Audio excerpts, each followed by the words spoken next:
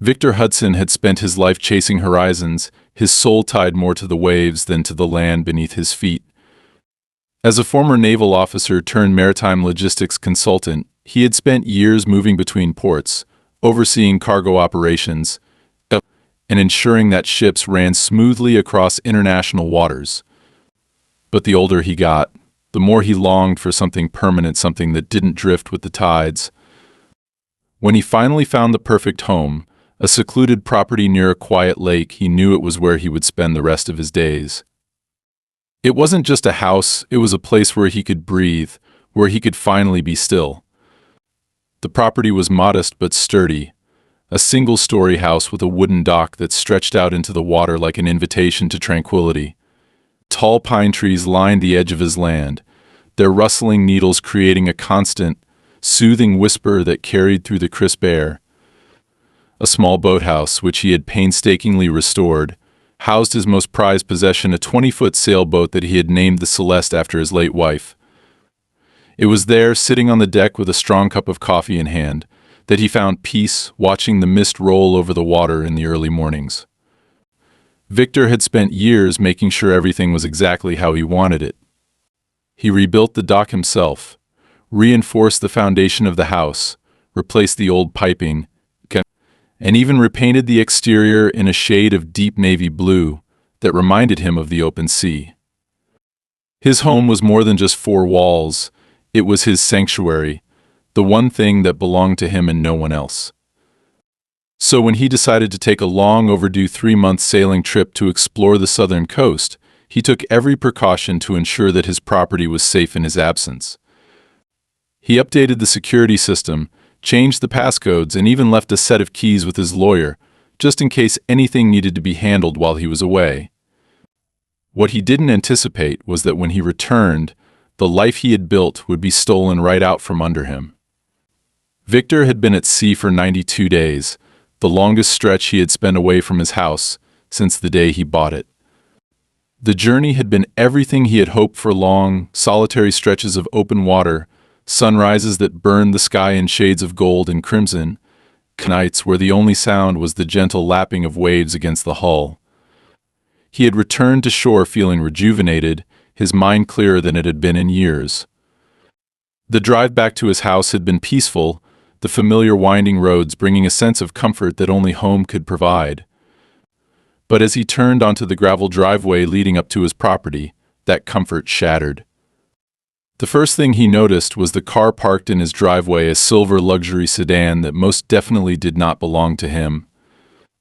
It was angled lazily, as if whoever had left it there had no concern for the space, no familiarity with the careful precision Victor always took when parking his truck. His pulse quickened, but he told himself to remain calm. Maybe someone had simply made a mistake, parked in the wrong driveway. Then he saw the new sign staked into the ground near his porch. It was small, but the words on it sent a chill straight through his chest. Private property, trespassers will be prosecuted. Owner, Karen Livingston. Victor's grip on the steering wheel tightened as he stared at the name. He didn't know any Karen Livingston. He had lived here for almost 10 years, and while he had kept to himself for the most part, he knew every one of his neighbors. He had never heard this name before. Slowly he climbed out of his truck, his heartbeat loud in his ears. His house, his home, looked different. The front porch had been repainted in a sickly beige color he would never have chosen, and the hanging lantern he had installed by the door was gone. The small flower beds he had tended with quiet dedication were now filled with generic decorative stones, and his old wooden welcome sign was missing, replaced with a cheap metal plaque that read, "Home Sweet Home." Then the door opened. A woman emerged, wearing a casual silk robe and holding a steaming cup of coffee as if she had every right to be standing there. She was in her late 50s, blonde with precisely cut hair and an expression that radiated the kind of confidence only people with absolute entitlement could possess. Her eyes met his, and for a split second, there was something in her gaze, a flicker of recognition, a pause that suggested she knew exactly who he was. Then she smiled. "Oh," she said with an exaggerated sigh, as if she had just remembered something trivial. "You're back. Victor didn't move. "Excuse me?" His voice came out low, controlled, but the tension in his body was coiled tight enough to snap. Karen tilted her head, sipping her coffee leisurely before responding.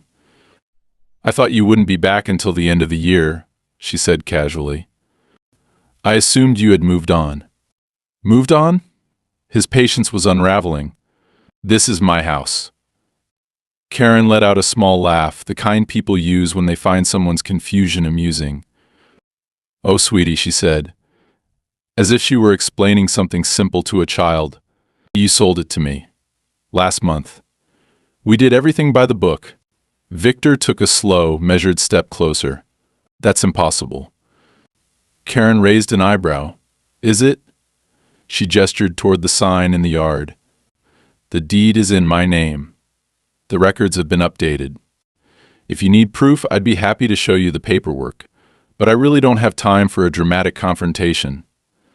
She turned as if to go back inside, but Victor blocked the doorway with his arm.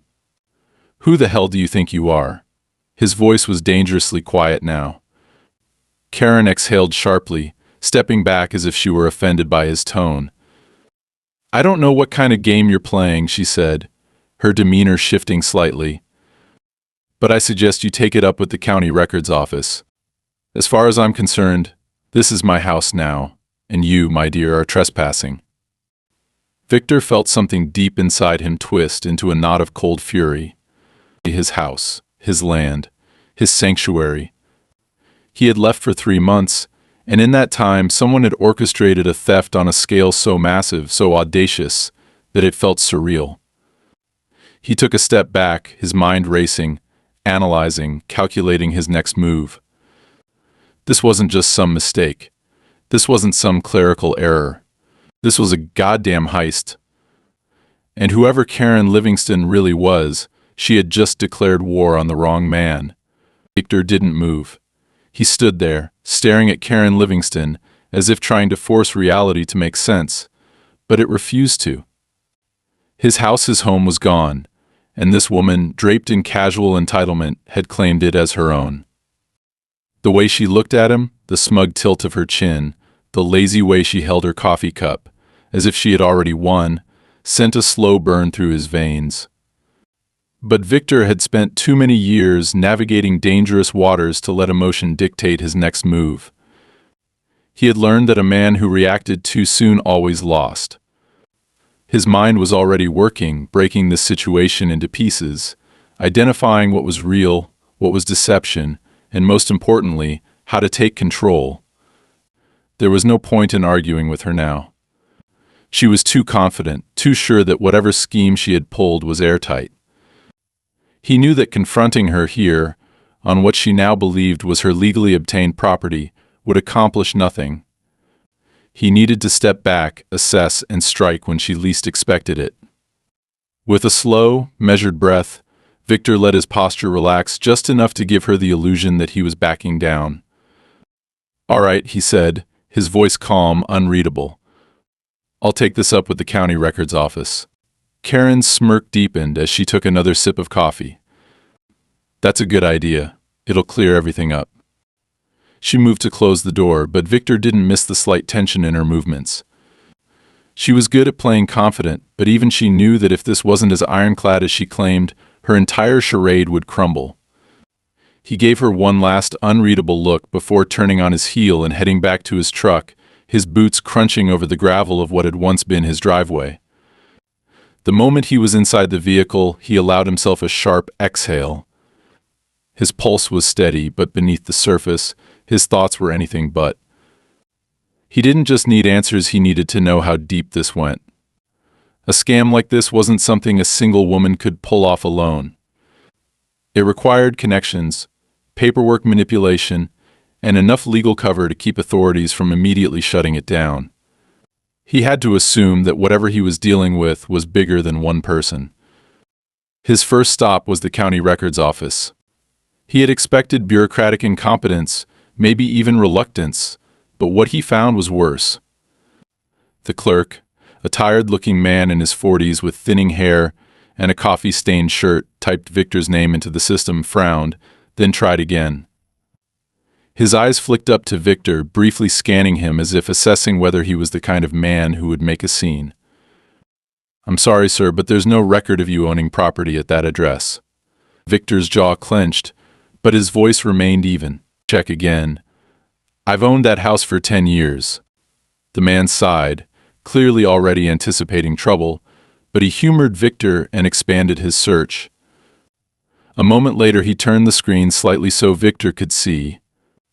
The records listed the property as belonging to Karen Livingston for the past month. Before that, it was marked as vacant land. No history of sale, no previous owner, nothing. Victor's fingers curled into a slow fist at his side. He had expected foul play, but this wasn't just fraud, it was erasure. His entire ownership had been wiped. "I have documents," Victor said, his voice now cold steel. "Titles, tax records, proof of ownership." The clerk gave him a tight, exhausted smile. "Then I suggest you bring those in, sir. But if the system doesn't recognize your claim, it's going to be a legal matter, not something we can fix here." Victor didn't waste time arguing. He left the office and immediately called his lawyer, Thomas Grayson, a man he had trusted for years. Thomas picked up on the second ring, his voice brisk and professional. "Victor? Didn't expect to hear from you so soon. What's going on?" "My house has been stolen," Victor said flatly. There was a pause. "You're going to need to clarify that." Victor explained everything: Karen, the falsified records, the erased history of his ownership. By the time he finished, Thomas was silent for a moment, and that silence told Victor everything. His lawyer wasn't just shocked, he was concerned. "I need you to bring me every piece of documentation you have," Thomas finally said. "Every deed, tax form, mortgage statement, everything. And Victor, I need you to be prepared for the possibility that this is bigger than some con artist pulling a fake deed scam."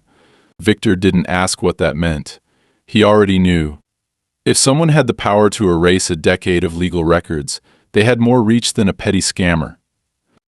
An hour later, he was sitting in Thomas's office, stacks of paperwork spread out between them. His lawyer examined each document carefully, cross-referencing dates, signatures, and legal filings. When he finally sat back, rubbing his temples, his expression was unreadable.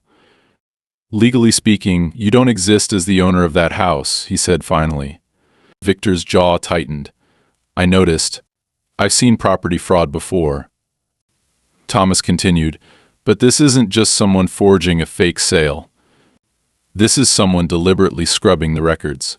Your property tax payments still exist, but they've been reassigned to an unknown entity. That means whoever did this didn't just forge a sale, they altered county records, financial databases, and probably bank statements. That requires serious access." Victor exhaled slowly. "How do we undo it?" Thomas hesitated. "We start by filing a legal claim, but we need to be careful. If we push too hard, too fast, they'll see it coming and cover their tracks even better. If we can find where the original records were altered, we might have a way to prove fraud. But we need to watch our backs.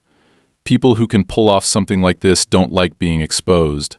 Victor absorbed that, his instincts already whispering that this was more than a financial crime. He had spent too many years in logistics, moving goods across borders, dealing with corporations that operated in gray areas. He knew the signs of something bigger lurking beneath the surface. And then, just as he was about to speak, Thomas's phone rang. He glanced at the screen, frowned, then answered. "Thomas Grayson." There was a brief silence, then his expression hardened. "Who is this?" Victor watched as his lawyer's face darkened. Thomas listened for another few seconds, then hung up without another word. He turned to Victor, his jaw tight. "That was a warning," he said. Victor didn't flinch. "What did they say?" Thomas's lips pressed into a thin line. "They said, tell your client to drop it. The house is gone. Move on." Silence settled between them, thick with something unspoken but understood. Whoever they were up against wasn't just trying to take his house. They were sending a message. But if they thought Victor Hudson was the kind of man who walked away from a fight, they were about to learn just how wrong they were.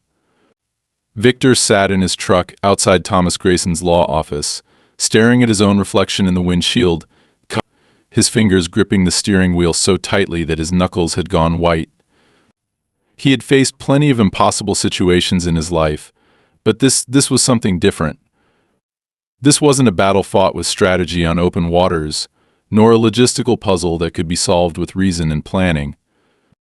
This was his own life, his home, everything he had built, stolen out from under him with such precision that he was legally a ghost. And now someone had made it clear that if he didn't let it go, there would be consequences. That was the moment he knew that backing down wasn't an option. His first move was to return to the county records office, not as a confused homeowner looking for an explanation, but as a man hunting for inconsistencies. He walked in with a different demeanor this time, one that made the clerks behind the desk sit up a little straighter. The same tired man from before was there, and when Victor stepped up, he met his eyes with something sharper than before.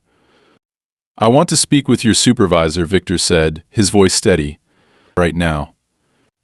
The man blinked at him, feigning indifference. "Sir, I already told you." "Then I'll say it differently," Victor interrupted.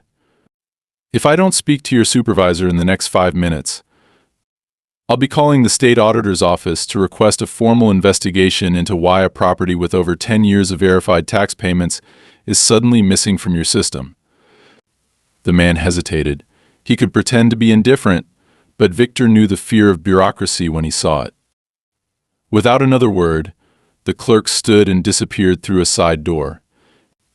Less than a minute later, a woman in a pressed blazer emerged, her expression tight with the kind of patience that people in administrative power wore when they thought they were about to deal with an inconvenience. "My name is Eleanor Fisk," she said, extending a hand that Victor didn't shake. "I'm the deputy director here. What seems to be the issue?" Victor handed her a file of documents: his property deed, bank records, tax statements, all dating back to the original purchase. She flipped through them, her expression unreadable. "This is my house," he said, "and according to your system, it's never belonged to me."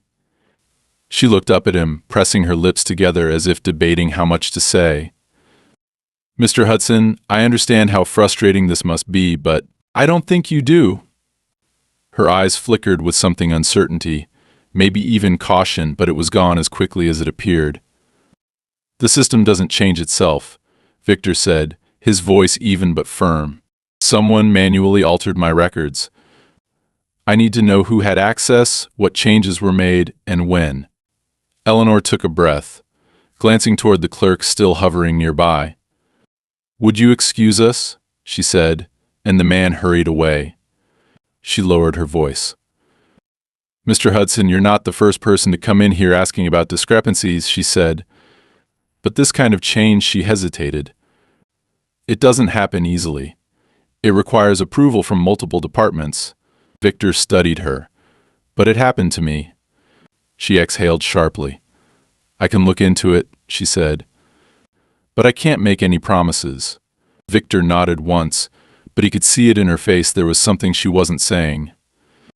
That night he drove back to his house, or rather what had once been his house. He didn't go up the driveway, didn't make himself visible. Instead, he parked a few streets away and approached on foot, staying in the shadows of the trees lining the road. Karen's car was still in the driveway. The lights inside were on, silhouettes moving behind the curtains. Then something caught his eye. The dock. His dock. It had been rebuilt. Not replaced, not repaired, completely rebuilt. The wood was different, lighter, newer, as if the entire structure had been torn out and replaced within the last few weeks.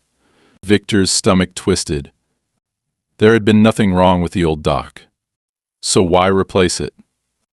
He moved closer, stepping carefully through the trees until he reached the edge of the property where the dock met the water. That's when he saw the marker stakes. They were barely visible, small red flags sticking up from the ground near the shoreline. Victor knew what they meant. They weren't there for decoration. They were surveyor markers. Someone had been reassessing the land itself. A chill crawled up his spine. This wasn't just about fraud. This was something bigger. Someone wasn't just stealing his house. They were redefining the property itself. He turned back toward the house. That's when he saw movement near the side of the building. A figure, dressed in dark clothing, slipping around the corner. Victor ducked lower, his pulse steady but alert. He waited, watching, listening. Then he heard the sound of a door closing softly. Not the front door. The boathouse, Victor's boathouse. His mind moved fast. Karen had acted confident, but she wasn't the kind of woman who would be sneaking around her own house at night. So who the hell was in his boathouse? He took a slow breath, moving toward the structure with deliberate steps, his instincts sharpening. He reached the door and pressed his ear against it, listening. Silence. Then the unmistakable sound of a metal latch clicking shut. Someone was locking something. Victor moved fast. He reached for the handle, yanked it open, and came face to face with a man in a maintenance uniform. The man startled, stepping back sharply, his face pale in the dim light. Victor took in everything: the uniform, the tool belt, the clipboard clutched in his hand. "You're not supposed to be here," the man stammered. Victor took a step inside, towering over him. "Neither are you." The man's fingers tightened around the clipboard.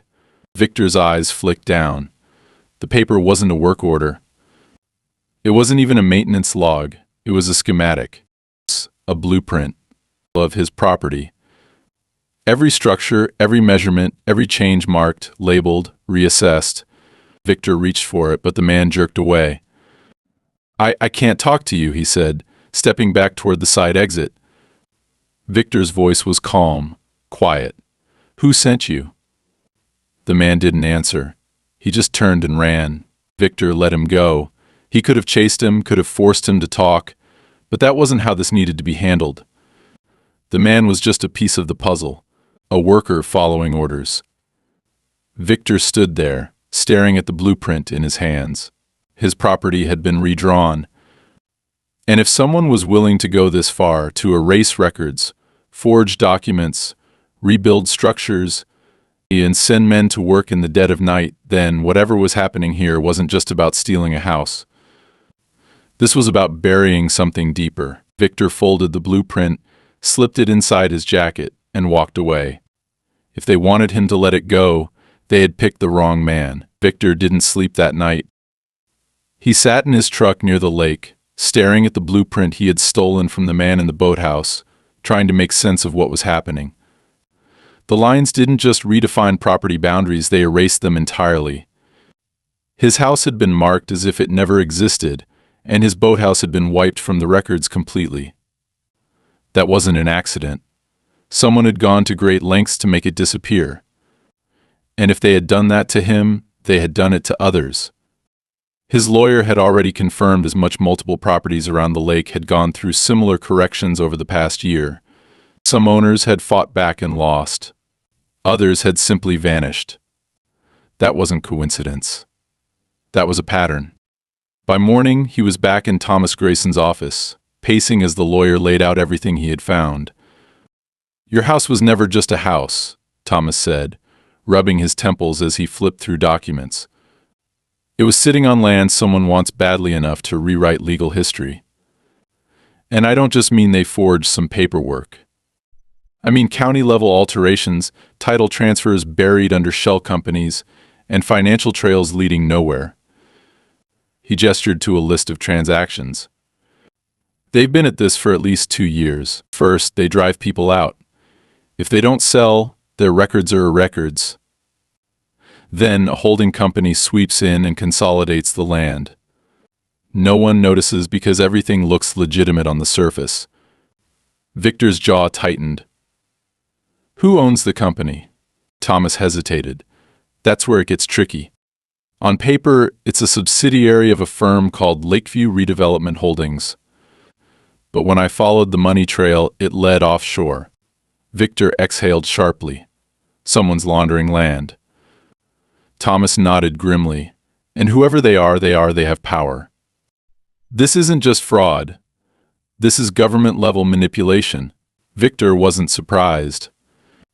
He had spent too many years in logistics, dealing with cargo shipments that mysteriously changed destinations, inventory that never arrived, and contracts that were perfectly legal but reeked of something foul. He knew how people with money played games. But this wasn't just about stealing land. This was erasing evidence of something. He just didn't know what yet. He left the office with a plan. If they wanted to bury the truth, then he needed to dig. That afternoon, he returned to his house, but not through the front. He took the long way around, hiking through the woods along the lake, approaching from the shoreline. The house looked different from this angle, not just because it was no longer his, but because it had been altered. The dock had been completely rebuilt, the yard had been resurveyed, and the boathouse, his boathouse, was gone. Not demolished, removed, as if it had never been there. He crept closer, staying in the cover of the trees, scanning the area. Then he saw them survey markers, small red flags driven into the ground along the shoreline. He knew what those meant. Someone had been taking new measurements. But why? Something wasn't right. He moved toward the spot where his boathouse had been, crouching near the loose soil. That's when he saw it: fresh dirt. It had been smoothed over, but not enough to erase the signs that something had been buried. His gut tightened. He brushed away a layer of soil. His fingers hit something solid. Plastic. A tarp. He pulled out his knife, sliced through the edge, and peeled it back, just enough to see what was underneath. Metal barrels. 6 of them, stacked neatly, rusted at the edges but still sealed. There were no markings, no labels. Just industrial-grade containers buried beneath where his property had once stood. His pulse pounded. He knew exactly what this was. He had spent years overseeing cargo inspections, dealing with sealed shipments, knowing that sometimes what was on the manifest didn't match what was inside. And the only reason to bury barrels like this was if you didn't want anyone to ever find them. He straightened slowly, his breath steady but his instincts sharp. He wasn't supposed to see this. He turned toward the trees, listening. The lake was silent. Too silent. Then, a twig snapped. He pivoted fast, but it was too late. 2 men stepped out of the woods. One was dressed in work clothes, the kind of uniform a contractor might wear, but the other wasn't bothering with pretense. He was in tactical gear, black shirt, cargo pants, sidearm holstered at his hip. And in his hand, a silencer. Victor's body tensed. They didn't raise their weapons. They didn't need to. The message was already clear. "You weren't supposed to see that," the first man said. His voice was calm, professional. Not a thug. A man who had done this before. Victor didn't move. "Guess I have a habit of seeing things I shouldn't." The second man exhaled, shaking his head. "This doesn't have to be complicated. You walk away, you forget what you saw, and this ends here." Victor held his ground. "And if I don't?" The first man smirked. "Then next time we won't be talking." A beat of silence passed between them, heavy with the weight of the unspoken. Victor had been in enough dangerous situations to know that these weren't the kind of men who bluffed. He had also been around long enough to know that if they wanted him dead, they wouldn't have warned him first. Which meant they were still afraid of exposure. He took a slow breath, memorizing their faces, their stances, the way they carried themselves. "I'll think about it," he said finally. The first man tilted his head slightly, studying him, then gave a small nod. "You do that." Then, just like that, they disappeared into the trees. Victor waited, listening until he was sure they were gone. Then, without another word, he took out his phone and snapped a photo of the barrels. They had told him to walk away. They had no idea who they were dealing with.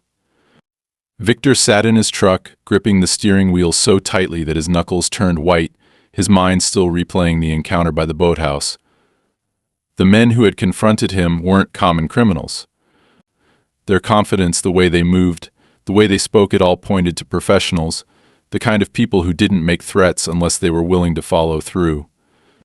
But what stuck with him the most was the fact that they hadn't killed him on the spot. That meant they weren't done tying up loose ends yet, and Victor had just made himself their biggest problem. He wasn't dealing with petty land thieves. This was bigger, more methodical, and far more dangerous than he had anticipated. Someone was burying something beneath his land, and they were willing to erase everything: legal records, ownership history, even people to make sure no one found out. He pulled out his phone, staring at the photos he had taken of the barrels, his heartbeat steady but his instincts screaming at him that he was running out of time. He needed to be smart about his next move. He had evidence now, but evidence meant nothing without leverage. If he went to the police, there was no guarantee they weren't already compromised. If he pushed too hard, too fast, he could disappear just as easily as his house had. No, he needed to hit them where it hurt, expose them in a way that couldn't be covered up. And to do that, he needed to know exactly what was inside those barrels. His first stop was Thomas Grayson's office, where the lawyer was already waiting, his expression dark with the kind of tension that told Victor he had found something even worse than expected. Without a word, Victor placed his phone on the desk and slid it forward, letting Thomas see the photos for himself. The lawyer exhaled sharply, running a hand through his graying hair. "I had a feeling this wasn't just about real estate fraud," he muttered. "But this?" He zoomed in on one of the images. "Those barrels, they look old. Industrial storage. And if they've been buried for this long, whatever's inside isn't something anyone wants found." Victor leaned back in the chair, his voice low. "I need to get them tested." Thomas looked at him, then at the phone, then back at him again. "You know what's going to happen if you do that, right?" Victor nodded. "They'll know I'm coming for them." Thomas let out a slow breath, then pulled out a notepad, scribbling something down before tearing off the page and sliding it across the desk. "There's a guy," he said, "independent environmental consultant. Works off the books, no paper trail. He won't ask questions, but it's going to cost you." Victor took the note and stood. "Then I'd better make it worth his while." That night, he returned to the site, moving carefully through the darkness, every step calculated. He knew they could be watching, but he also knew that men like that weren't going to sit in the woods all night waiting for him to do something stupid. They thought they had scared him off. They thought wrong. He worked fast, digging down just enough to pry the lid off one of the barrels, the metal groaning as it gave way. He expected the stench of chemicals, maybe something corrosive or toxic, but what hit him was worse. Decay, rot, the unmistakable smell of something that had once been alive but had been left to decompose in darkness for far too long. He swallowed down the bile rising in his throat, shining his flashlight over the contents, and what he saw made his stomach twist. Bones, human remains, a skull partially discolored from time and whatever chemicals had been poured in to break it down. Whoever they were, they had been buried here for a reason, hidden under layers of land transfers and legal erasure. Victor took his photos quickly, sealed the barrel back up, and covered everything as best he could before slipping away into the night. He didn't stop moving until he was back at his truck, heart pounding, adrenaline still flooding his veins as he forced himself to breathe, to think. This wasn't just a cover-up. This was a graveyard. By the time he met with the consultant Thomas had recommended, the weight of what he had found was already settling deep into his bones. The man was older, sharp-eyed, the kind of person who had seen enough in his career to know when to keep his mouth shut. He took one look at the samples Victor had collected, ran a quick preliminary test, and exhaled. "This isn't just human remains," he said. "There are traces of industrial solvents, the kind used in old waste disposal operations. If I had to guess, I'd say someone was using that land to get rid of bodies and evidence at the same time." Victor felt a cold clarity settle over him. "How long ago?" The man shook his head. "Some of these bones? Decades. But the chemicals? Those are newer. Someone's still using this site." Victor clenched his fists. This wasn't history. This was still happening. And if the land deal had gone through, if he hadn't come back when he did, they would have covered it forever. The escalation came faster than he expected. The next morning, he found his truck's tires slashed. A warning. That afternoon, Thomas called, his voice tight.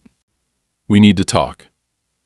Now, when Victor arrived at the office, the lawyer looked paler than usual, tension etched into every line of his face. He gestured to a stack of legal documents on his desk.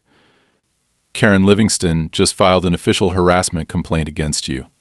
Claims you've been stalking her, making threats, breaking into her property." Victor's jaw tightened. "She's covering her tracks." Thomas nodded. "And if that doesn't work, she's got another play." He slid a legal notice across the desk. "They're trying to fast-track an injunction against you, banning you from the property altogether." Victor scanned the paperwork, his pulse steady but his mind already racing ahead. "They want me out of the way before I can blow this open." Thomas leaned in, his voice low. "If they get this through, you won't even be able to step foot near that site without getting arrested. And if that happens before you go public with what you found, you lose everything." Victor didn't hesitate. "Then we get ahead of them." That night, he made his move. He sent copies of the barrel photos to 3 different sources, one to a trusted journalist he knew wouldn't ignore the story, one to an old Navy contact who still had connections in federal investigations, and one to a private server that would automatically release everything online if something happened to him. He wasn't naive. He knew the kind of people he was up against. If they wanted him gone, they would make it happen. But if he disappeared, he was damn sure the truth wouldn't go with him. The next morning, he woke up to his phone ringing nonstop. The journalist had published the first piece, an anonymous landowner uncovering buried industrial waste on disputed property. It wasn't the full truth yet, but it was enough to get people asking questions, enough to make sure they couldn't silence him quietly. Then came the breaking point. That afternoon, as he pulled into a diner off the highway, his instincts flared just a second too late. A black SUV cut him off before he could react, and before he could reach for anything, 2 men stepped out, both wearing suits that didn't quite fit their working-class cover. One of them leaned in close through the driver's side window, his voice calm, controlled. "You're making a mistake, Mr. Hudson." Victor met his gaze, his voice just as steady. "No, you did," because behind them, just pulling into the lot, was the journalist. And she wasn't alone. The men saw her, hesitated for a split second too long. Victor smiled coldly. They had tried to erase him. Now it was his turn to erase them. Victor had expected retaliation, but not this fast. The moment the journalist's article went live, the pressure on him shifted from warnings to direct action. His truck, already damaged from the tire slashing, was now being followed. The same black SUV had tailed him from the diner, keeping its distance but never losing sight of him. Its presence, a silent message that the people behind this were done playing subtle games. But if they thought fear would make him stop, they had miscalculated. He wasn't the kind of man to be cornered without consequences. The journalist, Anna Caldwell, had already pushed out an initial story about the altered land records and the industrial waste. But Victor knew that alone wouldn't be enough to break this open. He needed something irrefutable, something so damning that no amount of legal maneuvering could suppress it. He still had the evidence from the barrels, and the environmental consultant's analysis confirming the presence of not just industrial waste but human remains meant this wasn't just about money. It was about murder.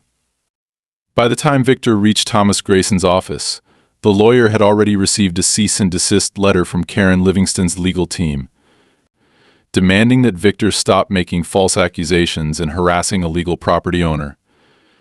It was exactly what he had expected. The only way Karen and whoever backed her could keep control was by turning the tables, framing him as the aggressor and the disgruntled former owner who had lost his home due to his own negligence. But Victor had seen too much, and now it was time to turn the pressure back on them. "We need to move fast," Thomas said. spreading out the legal documents across his desk. "They're trying to bury you in litigation, tie you up in hearings and restraining orders until you either give up or get arrested for stepping foot on what they're now calling private property." He tapped one of the filings, but they made a mistake. Victor leaned in, scanning the paper. It was a notarized property transfer, one of the documents used to erase his ownership.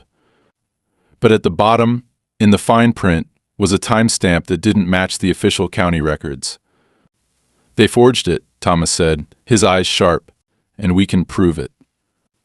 Victor exhaled slowly, his mind locking onto the implications. If they had doctored the records, then the entire foundation of their claim was fraudulent. That meant not only could his ownership be reinstated, but criminal charges could follow. But they wouldn't go down without a fight. Victor knew that if he pushed now, they would push back harder. His goal wasn't just to win a legal battle, it was to dismantle everything they had built. He and Thomas filed an emergency petition to overturn the fraudulent transfer, citing newly discovered evidence of record tampering and corruption. Within hours, word had spread. The journalist had already updated her article, calling attention to the suspicious activity surrounding not just Victor's property, but others that had also been reassigned under questionable circumstances. That was when everything boiled over. That night, Victor returned to the property not recklessly, not like a man looking for a fight, but like someone with unfinished business. The lake was still, the wind barely moving through the trees as he approached from the same route he had taken before. The barrels were still buried, untouched, but he wasn't the only one there. A car was parked near the dock, not Karen's, someone else. He moved carefully, keeping low, watching from the cover of the trees. A man stood near the shoreline, speaking into a phone, his posture tense, his movements quick. Victor edged closer, catching snippets of the conversation. "Needs to be dealt with now." Pause. "No, I don't care about the legal situation. We clean it up tonight." Another pause. Then, "The journalist is a problem, but he's the priority." Victor didn't need to hear the rest. He already knew what came next. They weren't trying to intimidate him anymore. They were planning to erase him completely.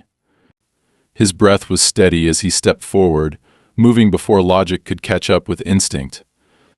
The man turned just as Victor reached him, surprise flickering across his face before he masked it with something colder. "You shouldn't be here," he said, tucking the phone into his jacket. Victor met his gaze evenly.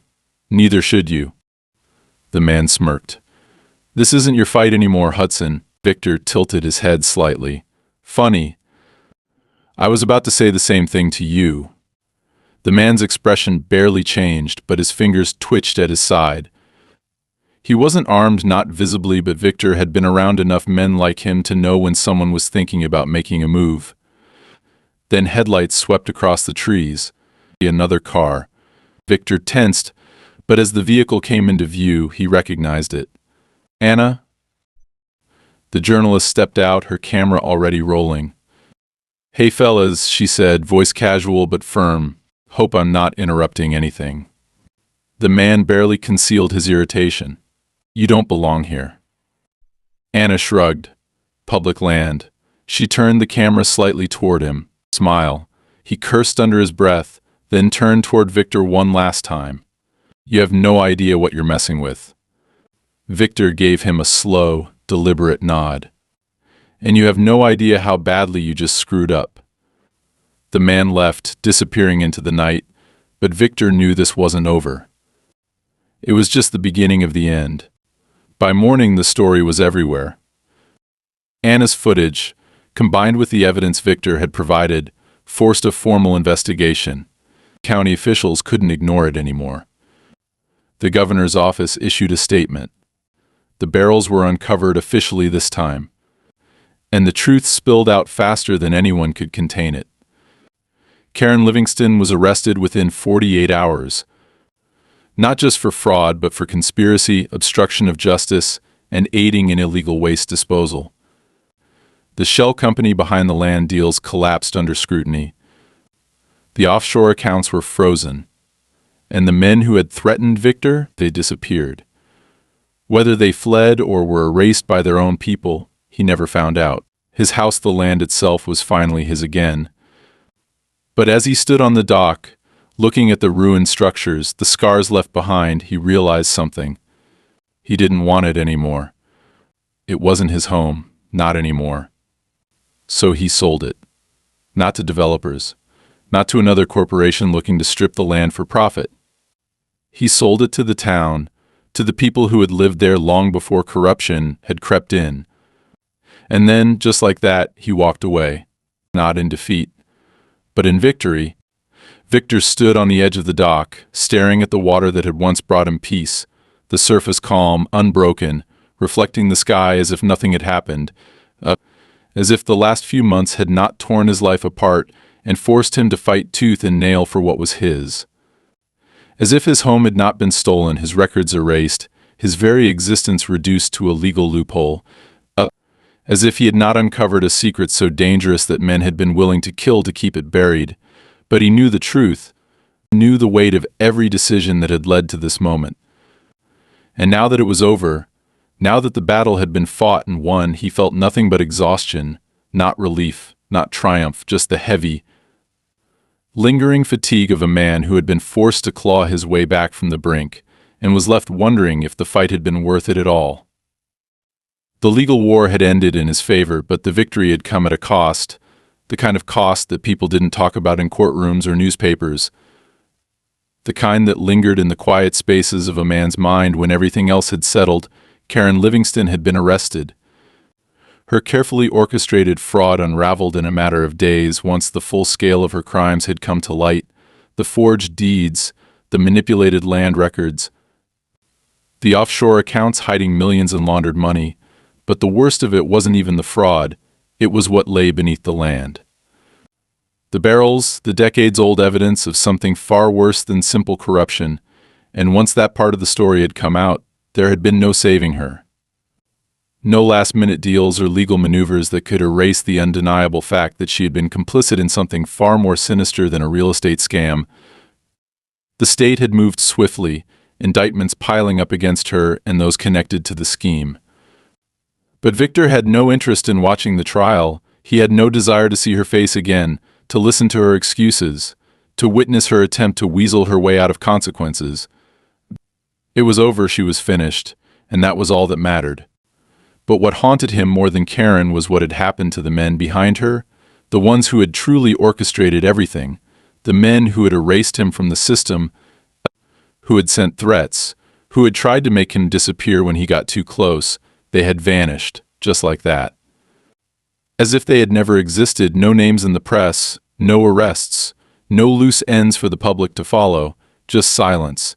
And that silence was what unsettled Victor the most. Because he knew men like that didn't simply disappear, they chose to disappear. And they did so because they were already on to the next thing, the next town, the next scheme, the next erasure of a life that stood in the way of whatever they wanted. And that was a reality that no court case or government investigation would ever change, but Victor wasn't naive. He knew he had hurt them, exposed something they hadn't wanted anyone to see, forced them into the light in a way they hadn't planned for, and for now at least, that meant they wouldn't come for him, not directly, not after everything had become so public. But he also knew that if he ever stepped out of line again, if he ever crossed paths with them in another way, the next time they would make sure there were no journalists. No court cases, no warnings, just a quiet disappearance that no one would bother to question, and so he had made a choice. One that he hadn't fully realized until he stood there on that dock, staring at the lake that no longer felt like home. He wasn't staying. He had fought for this land, for his house, for his right to exist in a place that had been his for over a decade, but now that it was his again, he realized he didn't want it anymore. It wasn't home. It was a battlefield, a graveyard of memories that had been tainted beyond repair. The house itself was still standing, but it felt empty, gutted, not because of the physical damage, but because of what had happened here, what had been uncovered. And no matter how much he tried to convince himself that he could rebuild, that he could make it feel like his again, He knew deep down that he never would. Every corner of it would remind him of what he had lost, what he had uncovered, the fight that had nearly cost him everything. And he wasn't a man who clung to the past. He never had been. So he did the only thing that made sense. He sold it. Not to a corporation, not to another real estate developer looking to turn the land into something unrecognizable. He sold it to the town, to the people who had lived here long before corruption had crept in, to a local trust that would ensure the land remained protected, untouched by the greed that had nearly destroyed it. And then, just like that, he walked away, no goodbyes, no second thoughts. Just a final look at the place that had once been his refuge before he got into his truck and drove off without looking back. He didn't know where he was going. Didn't have a destination in mind, but that was fine. He had spent most of his life on the move, and maybe that was where he was meant to be, not tied to a single place, not anchored to memories that refused to let go. Maybe the fight hadn't just been about keeping his home. Maybe it had been about learning when to let go. A week later, he was sitting in a small diner 100 miles from the lake, sipping coffee as he watched the news on the mounted television in the corner. Karen Livingston's trial was already making headlines. The revelations of the buried barrels had turned it from a simple fraud case into something far bigger, something that had forced the state to reckon with just how deep the corruption had gone. There were calls for broader investigations, demands for accountability. But Victor knew that for every name that made it into the news, there were others that never would, the real players, the ones who had covered their tracks long before the first journalist had caught wind of the story. But that wasn't his problem anymore. He had done what he could, and the rest would have to fall into place without him. As he finished his coffee and prepared to leave, his phone buzzed, a message from Thomas, short and simple, "It's done." Victor stared at the screen for a long moment before tucking the phone back into his pocket, stepping out into the cool evening air. The road stretched out ahead of him, open, uncertain, but that was fine because, for the first time in a long time, he wasn't running, wasn't fighting. Wasn't looking over his shoulder, he was just moving forward, and that in the end was all he had ever really needed.